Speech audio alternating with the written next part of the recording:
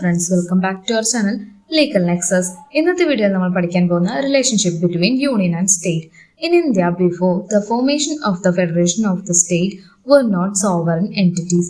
As such, there was no need for safeguards to protect state on account of exigency of the situation.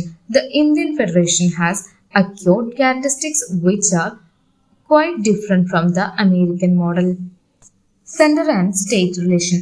The Constitution of India provided a dual policy with a clear division of powers between the union and state, each being supreme within the sphere allotted to it.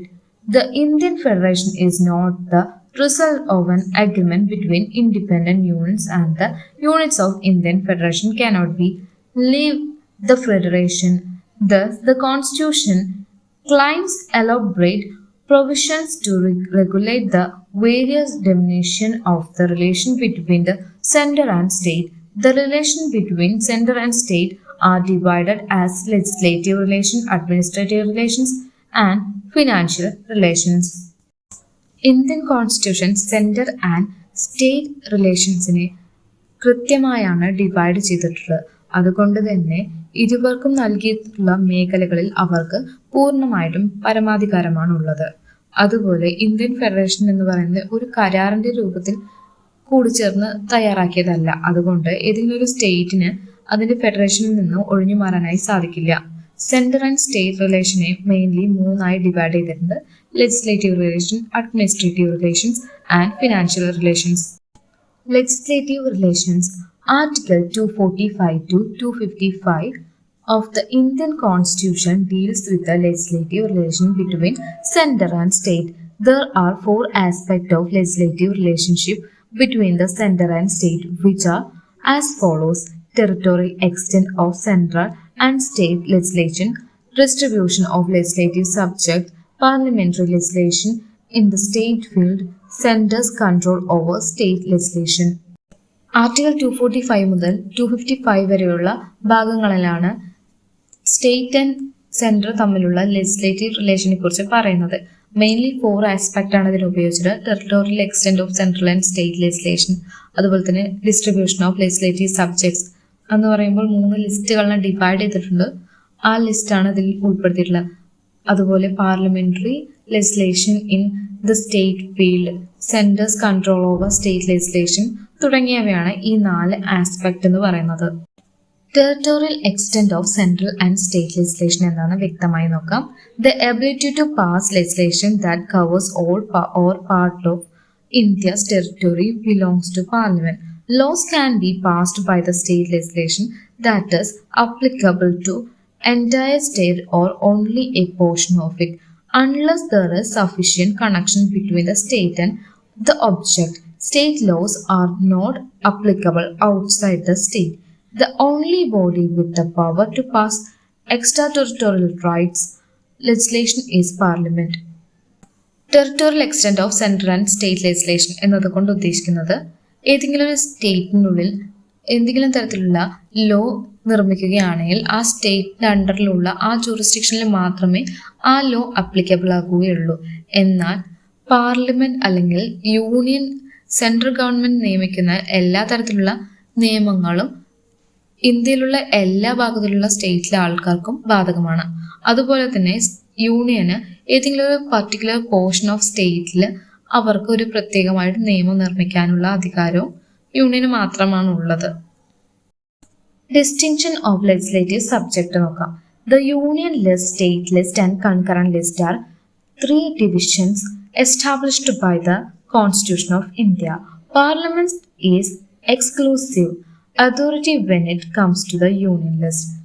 In most cases, the state legislature alone has the power to pass legislation pertaining to the thing on the state list. The state and central government can both pass laws on subject mentioned in concurrent list. മൂന്നാമത്തെ aspect ആയ parliamentary legislation in the state field നോക്കാം. When Rajya Sabha approves a resolution with the support of 2/3 of the members present and voting, it will provide Parliament with the authority to enact legislation on the state list, issue that is best for the nation. When a declaration of a national emergency is enforced, the Parliament may pass laws on any matter covered by the state list. When the President rule is imposed in a state, the Parliament becomes empowered to make laws with respect to any matter in the state list. To implement international agreements, the Parliament can make laws on any matter in the state list for implementing international treaties, agreements and conventions. രാജ്യസഭയിൽ present ആയിട്ടുള്ള 2/3 of മെമ്പേഴ്സിന്റെ വോട്ടോടു കൂടി state ലിസ്റ്റിൽ പറഞ്ഞിട്ടുള്ള സബ്ജക്റ്റുകളിൽ union ഗവൺമെന്റിന് നിയമം നിർമ്മിക്കാനുള്ള അവകാശമുണ്ട്. അതുപോലെ തന്നെ നാഷണൽ എമർജൻസി ആയിരിക്കുന്ന സമയത്ത് പാർലമെന്റിന് ആ സ്റ്റേറ്റുകളിൽ നിയമം നിർമ്മിക്കാനായി സാധിക്കുന്നു. സ്റ്റേറ്റ് ലിസ്റ്റിലെ സബ്ജക്റ്റുകളിൽ അതുപോലെ പ്രസിഡന്റിന്റെ റൂൾ ഇമ്പോസ് ചെയ്യുന്ന സാഹചര്യത്തിലും പാർലമെന്റിന് ലോസ് ഇനാക്ട് ചെയ്യാനായി സാധിക്കുന്നു. അതുപോലെ തന്നെ ഇന്റർനാഷണൽ അഗ്രിമെന്റ്സ്, അതുപോലെ കൺവെൻഷൻസ്, ട്രീറ്റീസ്, അതിൻ്റെ എല്ലാം ഭാഗമായിട്ട് എന്തെങ്കിലും തരത്തിലുള്ള നിയമങ്ങൾ നിർമ്മിക്കുന്ന സാഹചര്യത്തിൽ സ്റ്റേറ്റ് ലിസ്റ്റിൽ ഉൾപ്പെട്ട സബ്ജക്റ്റുകൾ പോലും നിയമങ്ങൾ നിർമ്മിക്കാനായി പാർലമെന്റ് അധികാരമുണ്ട്. സെൻട്രൽ's control over state legislature. Specific laws established by the state legislature may be set aside by the governor for presidential consideration. They are entirely under the president's power. Bills on specified subject listed in the state list can only be filed in the state legislature with the president's prior consent. For instance, interstate trade and commerce. The president may ask a state to lay aside money bill and other financial bill for his consideration in the case of financial emergency.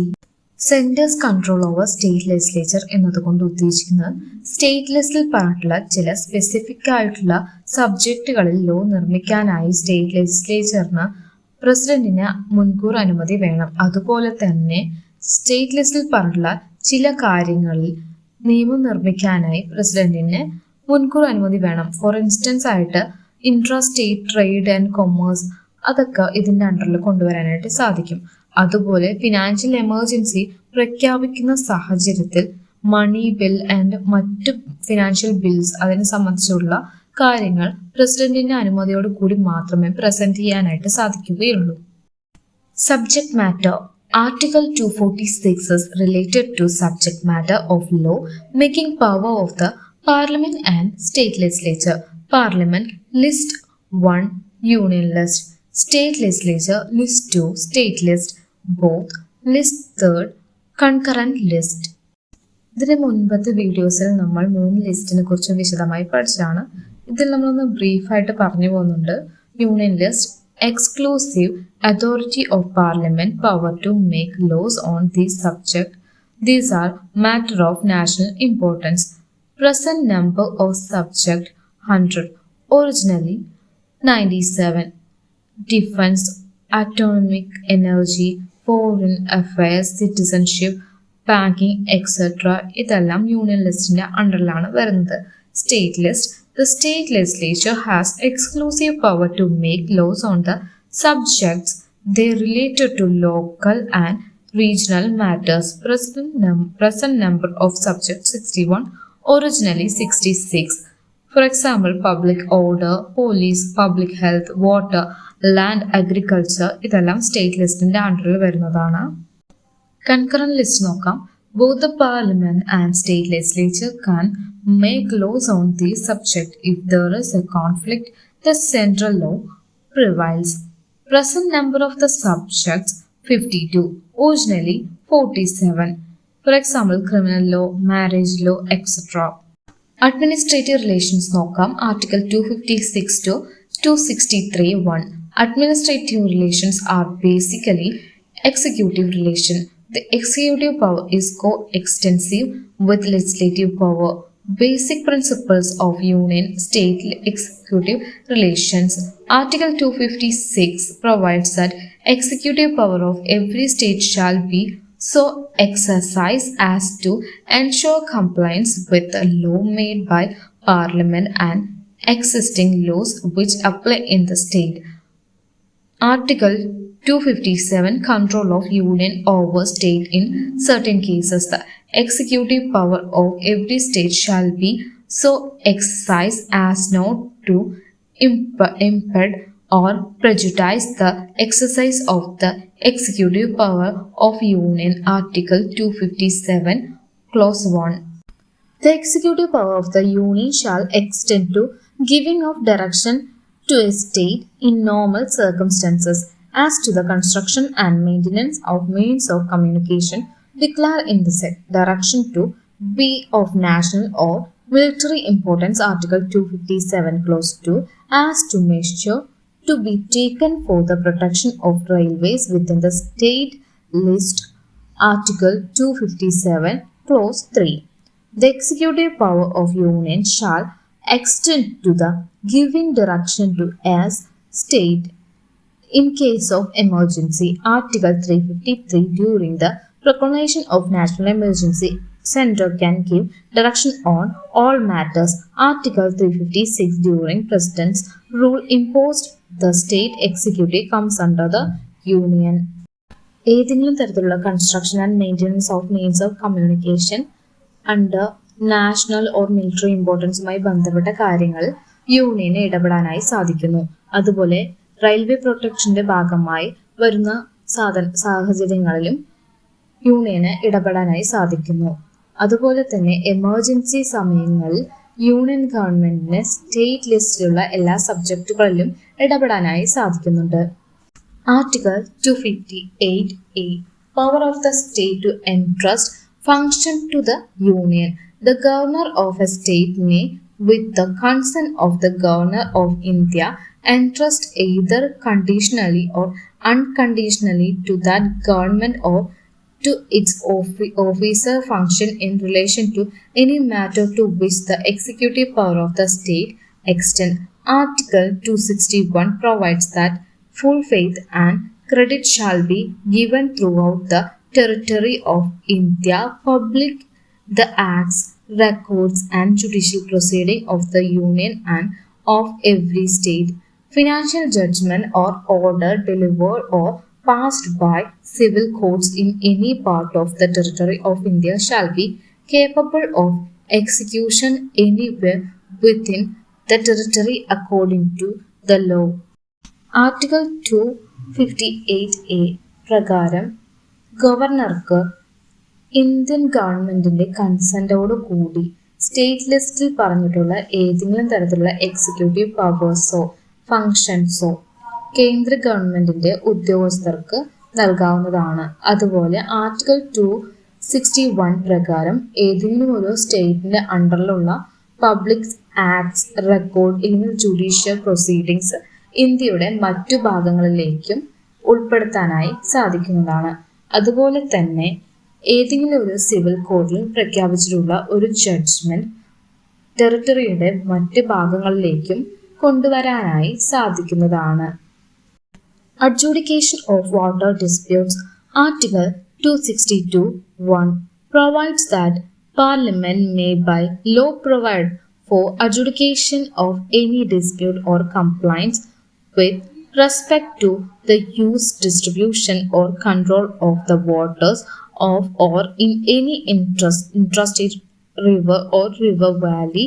Parliament may by law provided that neither Supreme Court nor any other court shall exercise jurisdiction in respect to any interstate water dispute or complaint.